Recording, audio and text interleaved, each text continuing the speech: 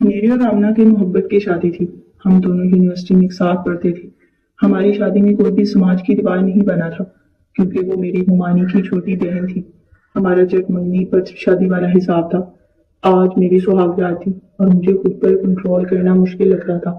لیکن جب میں کمرے میں آیا تو آمنہ سے ضد ایسی دینے اردو لگا کہ کہانیوں کے باہر لیے پہلے آئس ہمارے کریم کھا چینل کر کو آتے ہیں. سبسکرائب کریں لیکن میری اور اس بیل ایڈونچر آئیکن نے کو ہماری دبائیں زندگی برباد تاکہ کر دی ہماری رکھ دی. آنے والی ویڈیو 4 گھنٹوں سب سے میں پہلے 4 آپ تک نوجوان پہنچے۔ میری بیوی کی عزت کو تار تار کر گئے ہیں اور وہ روتی تڑپتی رہی. اب میں بے بسی کی تصویر بنا. پھر مجھے وہی دھکا لے کر وہ لوگ جا چکے تھے. میں ان کے پیچھے بھاگا لیکن آمنہ کی سسکیاں سن کر میرے قدم رکے تھے. وہ لوگ جا چکے تھے. جب میں آمنہ کے پاس آیا میرا جی چاہا کہ اپنے پار نوچ لوں، اپنے آپ کو جان سے مار ڈالوں، اور میری وجہ سے اس نے بڑی اذیت سہی ہے. اب میں اپنی شیروانی اتار کر اس پر لپیٹتی تھی اور اسے گود میں اٹھا کر گاڑی کی طرف چل دیا تھا. اب ہر طرف صبح کی ہلکی ہلکی روشنی پھیل رہی تھی. گاڑی کی پچھلی نشست پر وہ بے جان سے بیٹھی تھی. جب میں گھر پہنچا تب بھی وہ سو رہی تھی. خاموشی سے میں اپنے کمرے میں آیا. وہ روئی جا رہی تھی. میری بے آنکھوں میں آنسو بہ رہے تھے. اس کے پورے وجود پر درندگی کے نشانات تھے، کہیں دانتوں کے کہیں ناخنوں کے. اپنی بیوی کی ایسی حالت دیکھ کر کوئی بھی ذی شعور انسان کے لیے بات آسان نہیں ہے. صبح 10 بجے ہمارا دروازہ کھٹکا تھا. ہم سوئے ہوئے تھے. آمنہ ابھی تک سسکیوں سے رو رہی تھی. دروازہ کھٹکنے پر میری طرف دیکھنے لگی. میں نے کہا جاؤ تم تیار ہو جاؤ، کسی سے مت کہنا. وہ کہنے لگی مجھ میں اتنی ہمت نہیں ہے. باہر سے مجھے اپنے ماموں بلال اور روشنا کی آواز آ رہی تھی. کہنے لگی مینا صبح ہو گئی ہے، اٹھ کے باہر آؤ. بلال کی آواز سن کر آمنہ رونے لگی. میں اس کے پاس آیا اور اس کو بٹھانے میں اس کی مدد کی. اس کے دونوں ہاتھ مضبوطی سے پکڑے. میں نے کہا سارے قصور اور غلطی میری ہے. آمنہ پلیز کسی سے کچھ بتانا نا. وہ چپ ہوگی. میں نے کہا میں ان لوگوں کو چھوڑوں گا نہیں، مار ڈالوں گا ان کو. میں تمہارا بدلہ ضرور لوں گا. وہ کہنے لگی پلیز میرے کپڑے نکال دو. میں نے اس کا ایک فینسی جوڑا نکالا. وہ بیچاری تو اٹھ بھی نہیں پا رہی تھی، اس لیے غسل بھی میں نے اسے کروایا. اس کو کپڑے پہنائے، دوپٹہ دیا اور پھر دروازہ کھول دیا. روشنا کمرے میں آ گئی. آمنہ کی روئی روئی آنکھیں دیکھ کر پریشان ہو گئی. کہنے لگی کیا ہوا ہے؟ تو کہنے لگی کچھ نہیں، بس رات دیر تک جاگتے رہے نا اس لیے آنکھیں سوجی ہوئی. تو بھابھی کہنے لگی اچھا چلو باہر آؤ، تمہارے لیے میں بڑا اسپیشل ناشتہ منگوایا اپنے شہر سے. بڑی مشکل سے اٹھ کر چل پا رہی تھی. روشنا مامی اس کی حالت دیکھ کر مجھے عجیب نظروں سے دیکھنے لگی، جیسے میں نے اس کے ساتھ کوئی اور رائٹ نہیں بخشی ہو. لیکن کہا کچھ بھی نہیں. وہ چپ بھی رہی. البتہ اس کے ماتھے پر ناگوارے کے بل پڑ رہے تھے. وہ آمنہ کو باہر بڑے آرام سے لے کر چل رہی تھی. کچھ دیر بعد بلال میرے کمرے میں آیا. کہنے لگا سناؤ کیسی رات گزری ہے. میں نے کوئی جواب نہیں دیا. کہنے لگا مجھے تو لگا تھا تم بڑی بڑی کہانیاں سناؤ گے، تم تو یوں چپ بیٹھے ہو جیسے پتہ ہی نہیں کیا کچھ ہو گیا.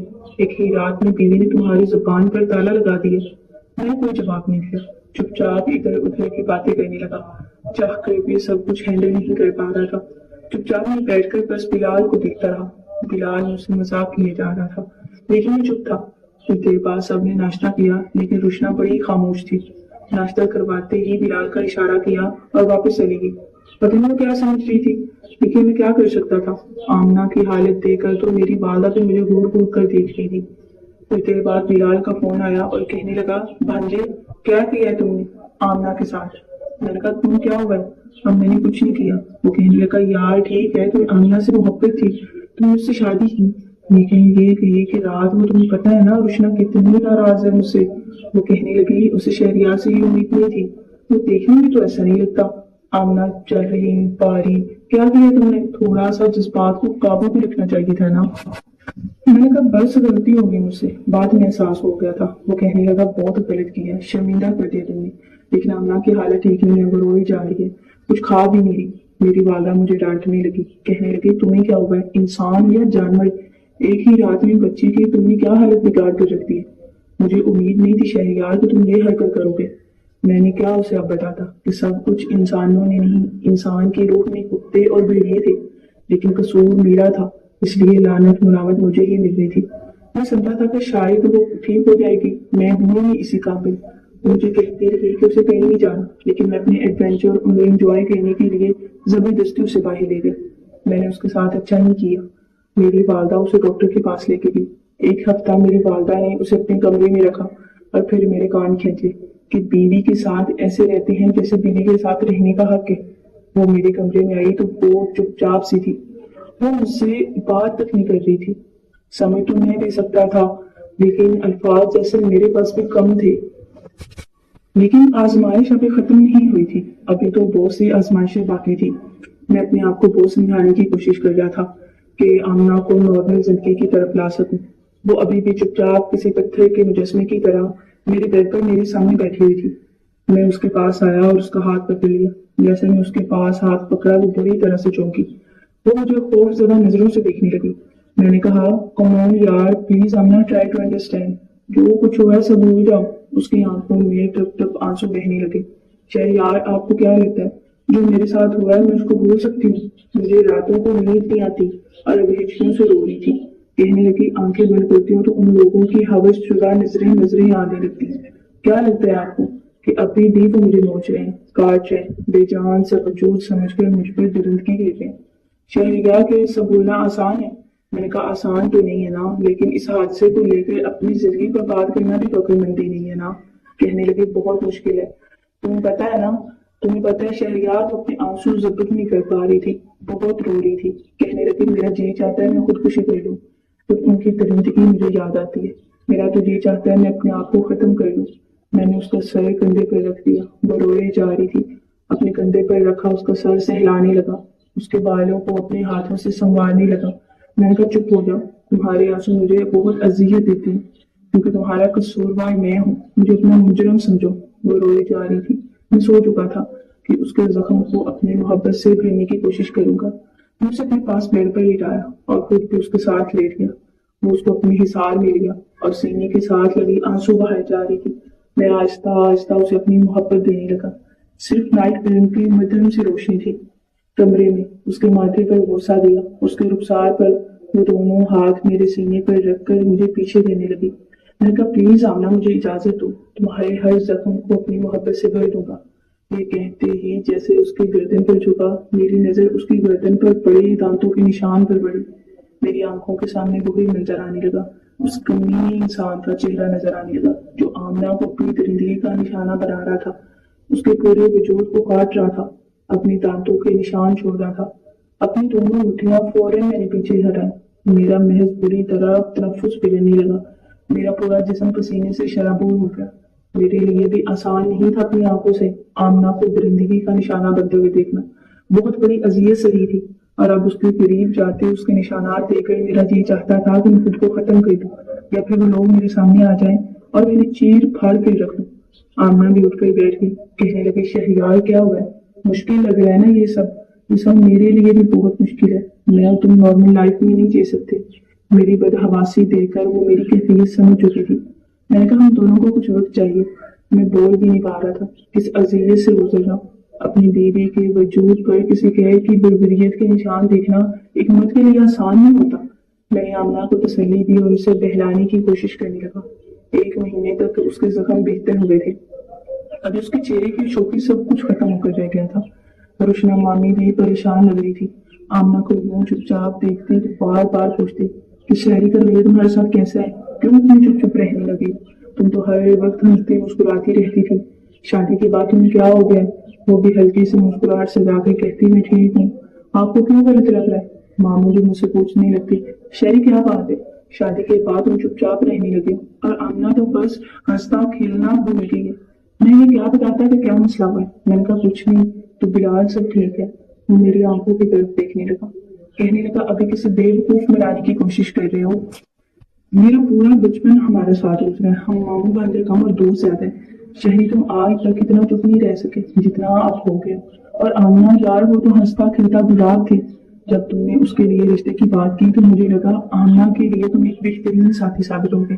آمنہ تمہارے ساتھ بہت خوش رہے گی، تم دونوں کی جوڑی پرفیکٹ ہے۔ لیکن جو رویہ تم نے شادی کی رات آمنہ کے ساتھ کیا، میں سوچ بھی نہیں سکتا۔ اور اس کے بعد میں اس لڑکی کو مسکراتے ہوئے نہیں دیکھا تھا۔ جب بھی چپ، آخر مسئلہ کیا ہے؟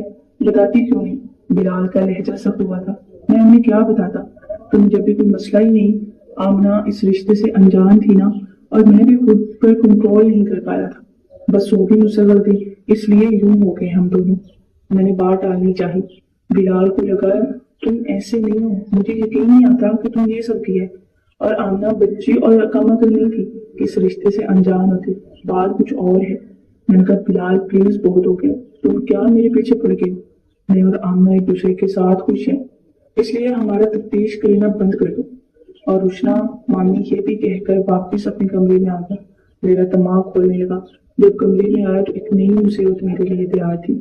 آمنہ روئی جا رہی تھی، امی کے پاس بیٹھی ہوئی تھی، امی اسے تسلی دے رہی تھی کہ بیٹا یوں تو کفران میں نہیں کرتے، یہ تو خوشی کی بات ہے نا، تم بس اپنا خیال رکھو۔ میں سمجھ نہیں پا رہا تھا کہ آخر کیا ہوا۔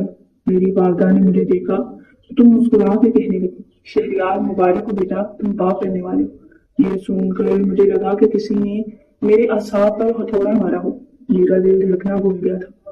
میں سوچ بھی نہیں سکتا تھا کہ یہ آزمائش بھی میری قسمت میں لکھی تھی۔ آمنہ، امی کہنے لگی آمنہ شاید بہت گھبرا رہی ہے، تم اسے سمجھاؤ۔ میں تمہارے ابا سے مٹھائی لانے کا کہتی ہوں۔ یہ کہہ کر امی میرے کمرے سے باہر نکل گئی۔ آمنہ مجھے دیکھ کر پھر رونے لگی تھی، کہنے لگی شہریار یہ میں بچہ پیدا نہیں کروں گی۔ میں کمرے کا دروازہ بند کر دیا اور اس کے پاس آ کے بیٹھ گئی۔ میں نے کہا یہ سب کیسے ہو گیا؟ اور وہ رونے لگی، کہنے لگی مجھے نہیں پتا، میری طبیعت صبح سے ہی ٹھیک نہیں تھی اور مجھے ڈاکٹر کے پاس امی نے لے کر گئی، اور جو خبر ڈاکٹر نے سنائی میرے لیے کسی اذیت سے کم نہیں تھی۔ میں نے کہا تم بے فکر رہو اور آپریشن میں کروا دوں گا، ہم یہ بچہ نہیں لیں گے۔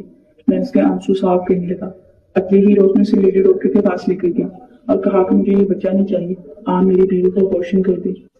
مگر لیڈی ڈاکٹر کہنے لگی آپ ایسا کیوں نہیں چاہتے، یہ تو بڑی خوشی کی خبریں ہیں۔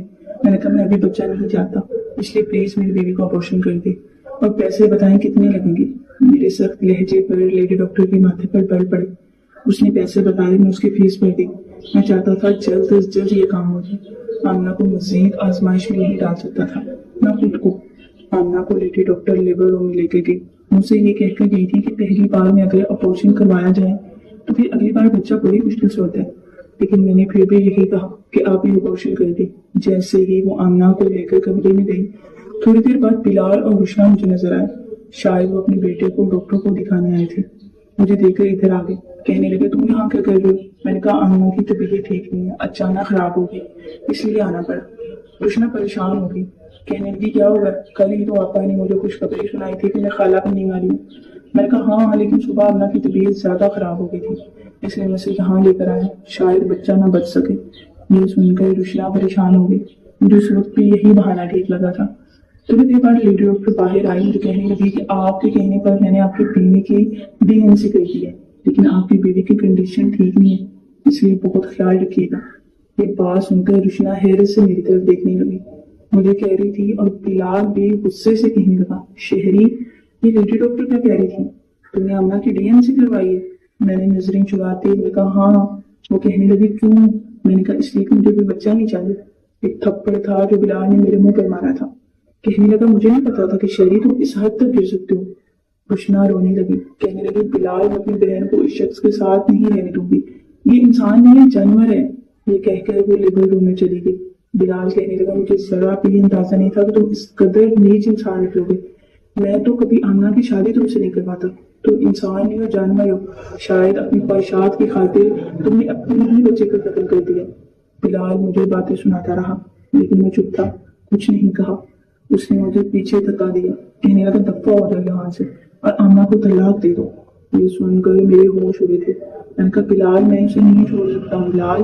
بلال نے میرا گریبان پکڑ لیا، کہنے لگا میں تم جیسے انسان کے ساتھ آمنہ کی زندگی برباد نہیں کروں گا، آپ آج ہی سے بات کروں گا، اس وقت تم یہاں سے چلے جاؤ ورنہ میں تمہارا لحاظ نہیں کروں گا۔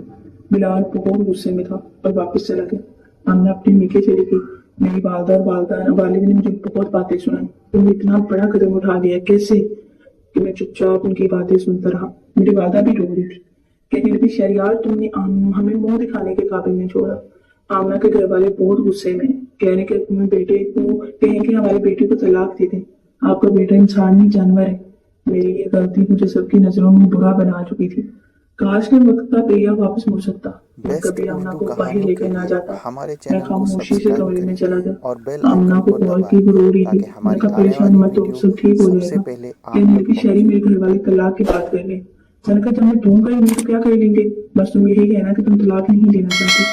ایک مہینہ گزر گیا، مجھ سے بلال اور رشنا نے، اس کے بھائی سب نے کہا کہ آمنہ کو طلاق دے دو، لیکن میں نے انکار کر دیا اور آئندہ کوئی شکایت نہ دینے کا موقع اور وعدہ کیا۔ آمنہ بھی کہنے لگی اسے طلاق نہیں چاہیے۔ اب وہ واپس آ چکی تھی، ہم دونوں کی نئے سرے سے زندگی شروع کر چکے تھے، 2 بچے بھی ہو گئے، لیکن آج بھی واقعہ میرے ذہنوں پر نقش ہے، اس لیے